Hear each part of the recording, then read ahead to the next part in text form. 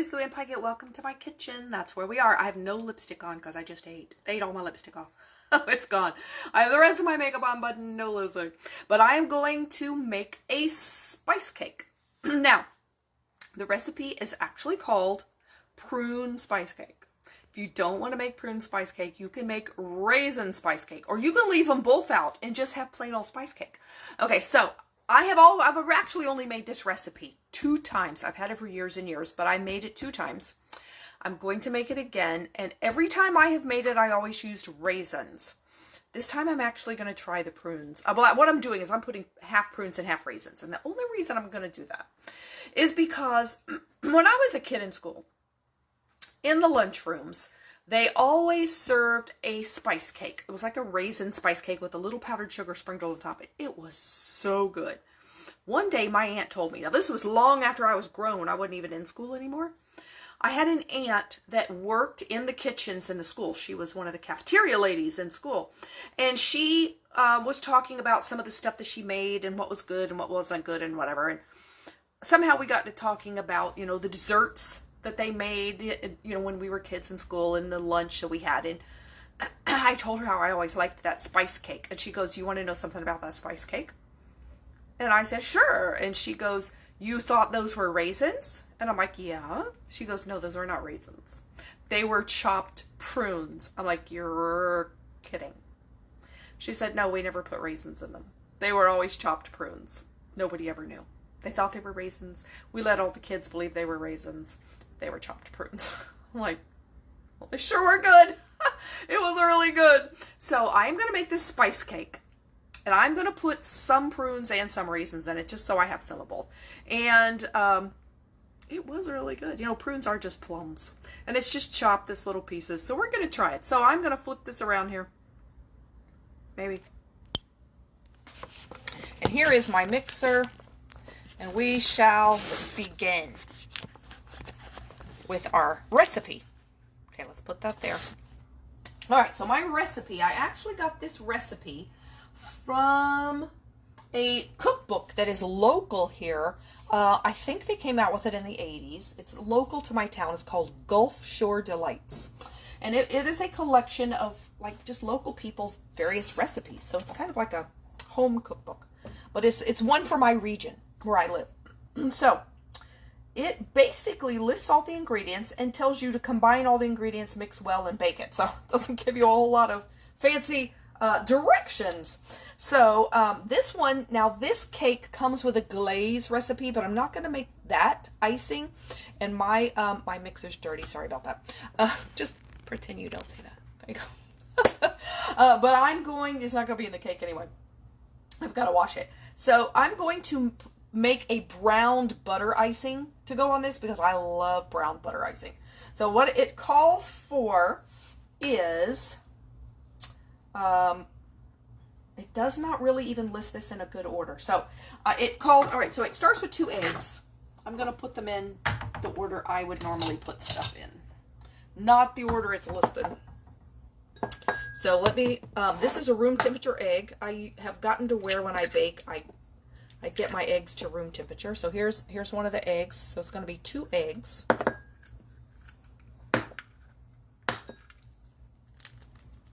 And I usually crack them into a little cup, make sure they're okay.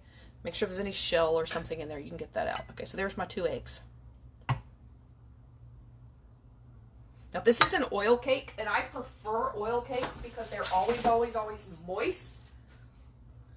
Oops, I'm getting just an egg. Hold on, I'm getting egg whites all over the place over here. Okay, so let's leave that there.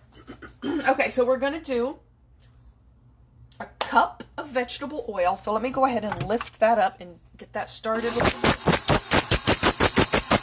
eggs broken up, so then we're going to do 1 cup of vegetable oil. I got to find here it is. My 1 cup measure. Now I'm using canola oil. You can really use whatever kind of oil you want to use. All right, 1 cup of oil. Just pouring that into my cup here. There we go.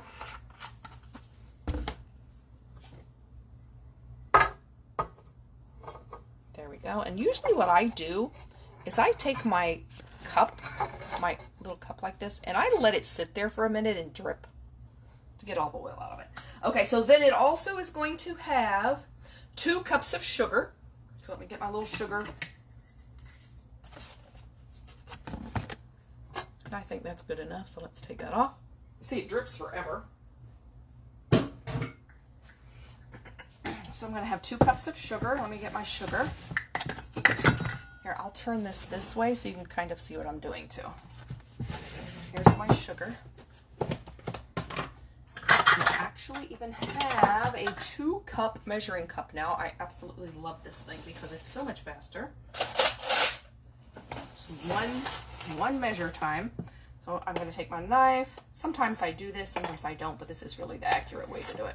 2 cups of sugar into there, and then I'm going to mix those together. Start off slow because it's real liquidy without the lid.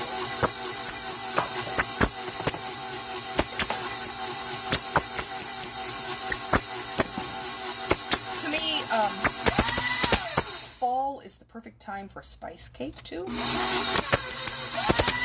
as well as apple and pumpkin, but oh, spice cake is so good. Okay, so then we're going to add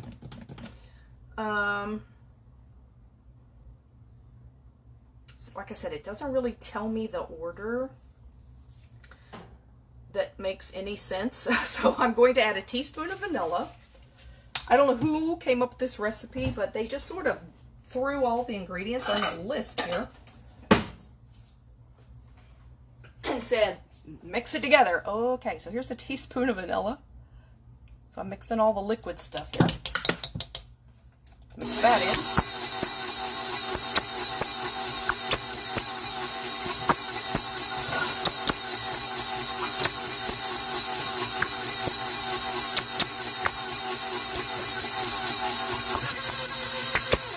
Okay, so let me get my cup measurer back here again.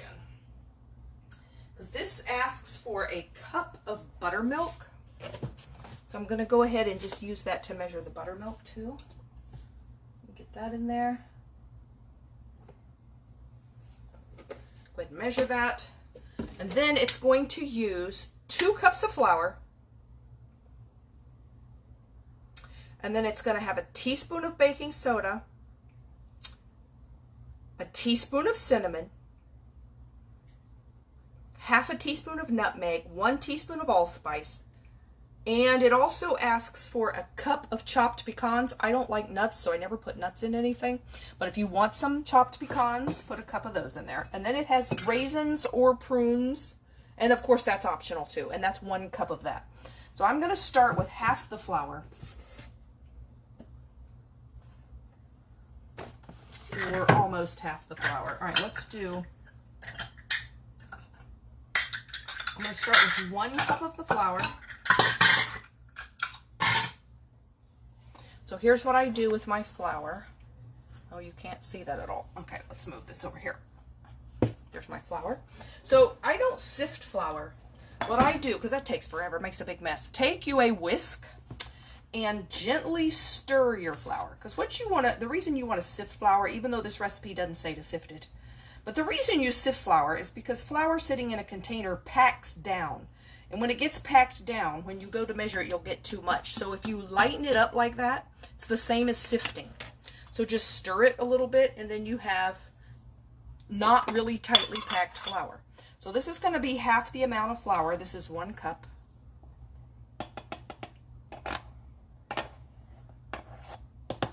So I'm going to go ahead and put that in my pan.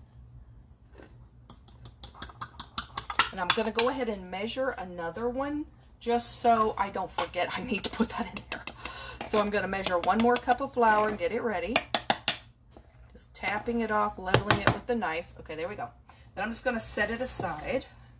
Move the flour. Okay, that's ready to go. So then I'm going to go ahead and add the other ingredients. Now I'm going to put in a teaspoon of baking soda, and the reason you can use soda and not baking powder in this is because we're using buttermilk, and the acid in the buttermilk activates baking soda. That's what makes baking soda work. So here is my baking soda. Then we're going to do 1 teaspoon of cinnamon.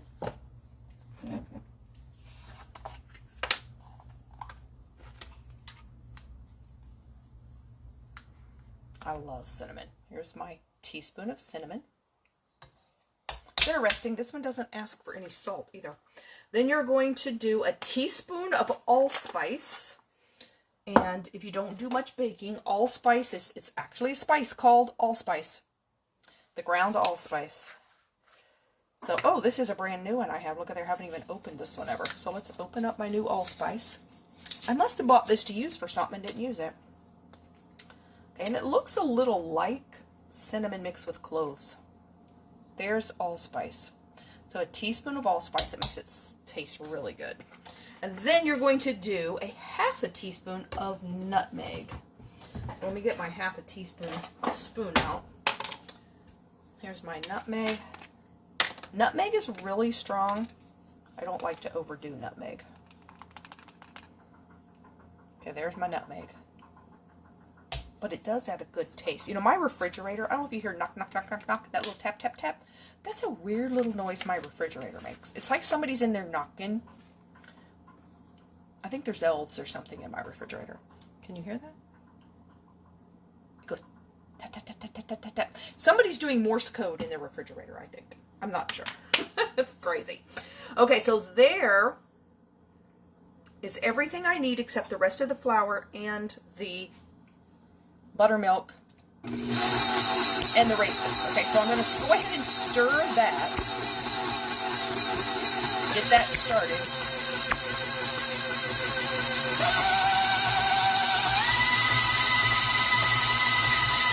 Okay, then I'm going to add 1/2 the buttermilk. So I'm kind of trying to do the traditional way to do cakes, which is dry, liquid, dry, liquid, dry. So you starting in with dry and you do liquid a couple of times, if that makes sense.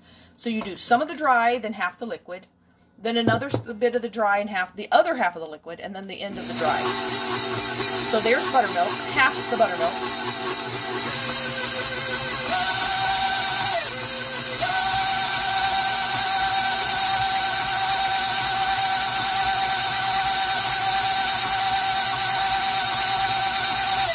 Okay, so then I'm going to add some more. I see some of my spice. You see that dark? That spice is not, it didn't get mixed in. Right there, it's like, see? It's stuck on my beater. But I can fix that. Okay, there we go.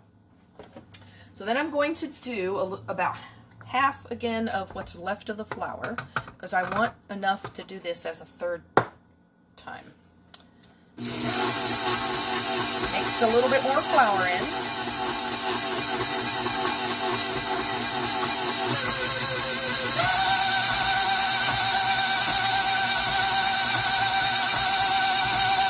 So I'm just trying to do these directions like other cakes have them, because they just don't list it in here. So here's the rest of the buttermilk. That's the 1 cup total. Now, if you don't have buttermilk or don't want to use buttermilk, all you have to do is use regular milk. Okay, so then what you do is you take a teaspoon of either white vinegar or lemon juice and put that in your measuring cup.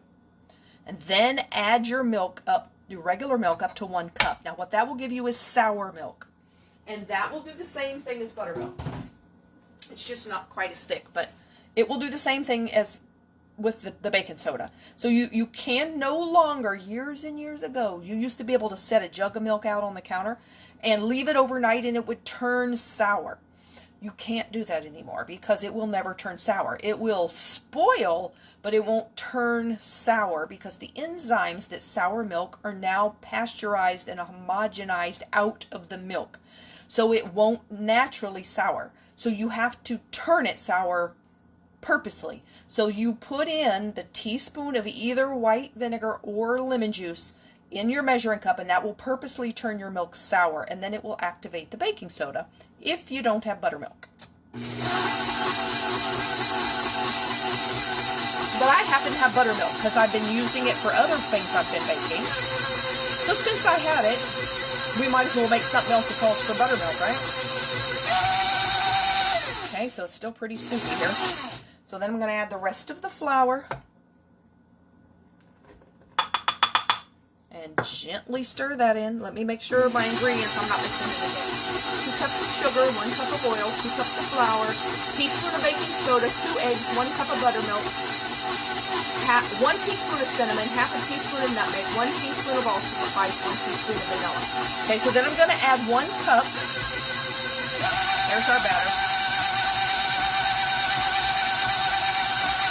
Okay, 1 cup of either raisins or prunes if you want raisins or prunes in it. I'm actually doing some of each, like half and half. And you can also add a cup of chopped pecans if you want. Now, it tells you to do the raisins or prunes.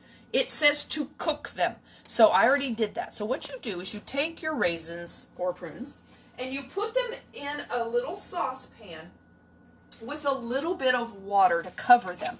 You bring them to a boil and you simmer them for about 5 minutes or so. And what that does is it re-softens your raisins.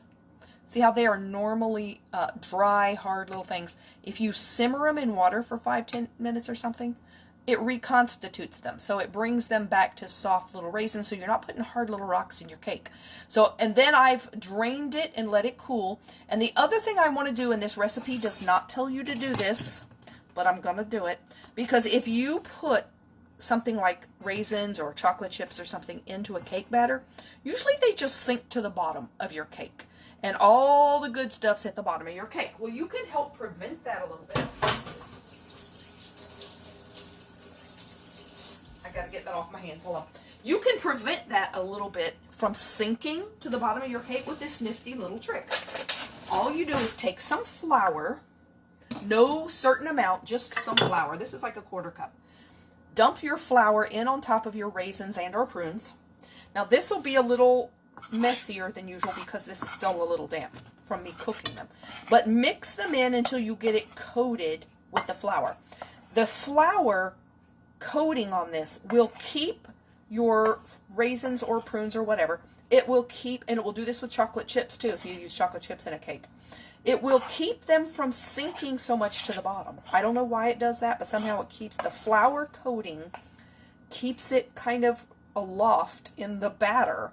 So if you coat it, and see this right here, these are some prunes that I chopped. These are chopped prunes. Don't put a whole prune in here. Chop them up so they kind of look like raisins. So I have some of each because I happen to have some prunes, and I thought, since I so much loved that cake at school when I was a kid, that spice cake, and my aunt swears to me they used prunes and not raisins. She's probably right. I'm putting half and half. I've got half and half, but I'm separating these little pieces because they're sticking together so bad. And I don't want a clump of them. I want it all, see, they're sticking together. I want them like all separated here, but they're so sticky. That's another thing. They won't stick together if you coat it with flour. But see, you have that whole lump right there? That is a bunch of little pieces I've chopped up that are all sticking together. And if you don't like the thought of a prune in your cake, then use raisins or none. I will be honest with you, I have never actually just eaten a prune, other than having them in that cake when I didn't know it when I was a kid. I've never just eaten a prune, so I had these prunes here. I bought them to do this with, I just hadn't done it yet. I thought, you know what, what does a prune? I want to eat a prune. So I know they use, they're good for, let's just say they're good for digestive health. They make your digestive system work properly. Well, I've never eaten a prune. So today I actually ate one because everybody's like, oh, prunes, oh, you know, they're just plums. They're dried plums. Everybody likes plums. And I said, well, I'm going to eat one. I'm going to see, how bad are they? They are not bad. They don't taste a whole lot different than raisins. So yeah, first time in my life ever, I actually ate a prune to see what it was like. Yeah, they're just plums. They're good. But unless you want some digestive assistance, I wouldn't recommend eating a whole lot of prunes. But these are little bitty pieces. I'm just breaking them apart here, coating it in flour. Okay, so then, now that I've got them coated in flour, I'm going to put them here. You don't want this extra flour, so I think I'm actually going to put this in a strainer. Maybe the strainer I had them in. I'm going to put them back in the strainer and strain them again to get the extra flour off of there, because you don't want to add more flour to your cake because you've got the right amount in the cake. So I'm putting them back in this strainer, and like, see the extra flour falling out? I'm dumping the flour out. Oops, and I'm also dumping over my phone. Here we go. Stay there, phone. So here go my raisins and or prunes. And then here is where you would also add a cup of chopped pecans if you want nuts. Okay, I have this mess all over my hands and my phone came off the stand. Hold on. And it loves to just fall right into my cooking if I don't put it back on there. All right, there we go. Stay in place now. All right, let me get this out of the way and get this mess off my hands. It's sticky. So sticky.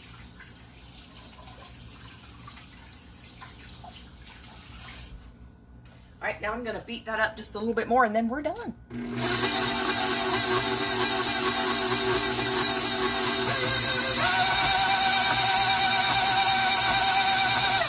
Okay, that's a pretty good looking batter right there. All right, so let's lower this down. Take out my beater. Take out my batter. Beater and batter. There we go. I'm going to clean off my beater. I always just do this with my hand. It's so much easier. Well, at least my hands are clean. Always wash them really well before I start cooking.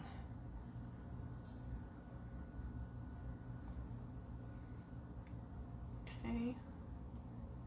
So this will be for our Sunday lunch tomorrow. I have not made this in so long. Does it? I don't even know when. Like I said, this recipe is actually from the 80s, I think. And that's probably when I made it, 80s or 90s. And I don't know why I haven't made it again, because it's really good. Okay, so we've got it all mixed up. Let's see what my instructions say. You are going to grease and flour a 9x13 pan, or if you're like me, you can just spray it with cooking spray. It'll be fine. Then you're going to bake it in a 9x13 pan at 350 degrees for 45 minutes or until the cake test's done. I would, you can check it early just to be sure. And then you cool the cake in the pan. Then you can either make this glaze. The glaze, I've never made. It's a cup of sugar, a cup of buttermilk, a teaspoon of baking soda, 1 tablespoon of light corn syrup, and 6 tablespoons of butter. You cook all of that stuff in a saucepan over medium heat, stirring constantly until it turns caramel brown. You do everything but the butter. Then you add the butter and cook it 2 or 3 minutes longer, and you pour it over the cooled cake. But I am going, and it says you can also try buttercream frosting, cream cheese frosting, brown butter, or sprinkle it with powdered sugar. I'm going to do the brown butter frosting because I love that. So let me do, here's my 9x13 pan. I like these glass pans. They weigh a ton, but I like them.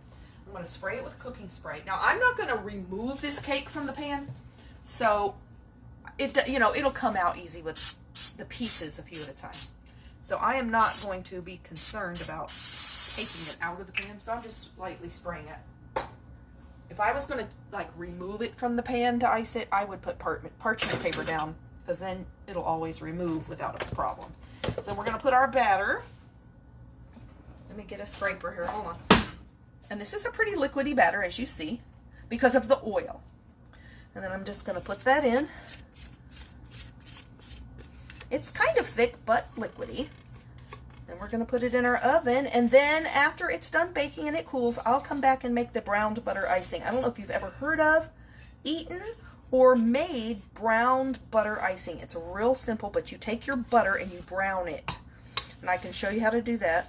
You just brown it in the pan on the stove, and it makes it taste really good, totally different than just plain old butter, which I love plain old butter, but makes it taste totally different. It is so good. And it is really good on spice cake. Now, you see, I really don't even need to smooth it because it's liquidy, so it settles. Settles evenly, automatically. So there we go. Now, as you see, it does have a lot of bubbles. Now, last time I did this, my phone popped off into the batter. So we're going to try not to do that. You smack it on the table, lift it up and drop it. Not too high, don't break your pan. But that will pop some of those little bubbles. It brings them to the top and they will pop. So that way you don't get a cake full of holes. Then I'm going to go over there where my little dish towels are right there. And I'm going to open the oven. I'm going to put this cake in, set my timer. And 45 minutes later it'll be done. Then after it cools, so in an hour, hour and a half or so, I'll come back and make the icing. And I'll do a second video for that, of course. We're not going to stand here and watch it bake. So here we're going to put it in the oven. It looks so good. And this, making a spice cake will make your house smell so good. So good. Okay, here we go. Flip it around. There we are. So there we are. Homemade spice cake. Perfect for fall and Thanksgiving time. And pre-Thanksgiving time. So I'll be back later to make the browned butter icing. Bye.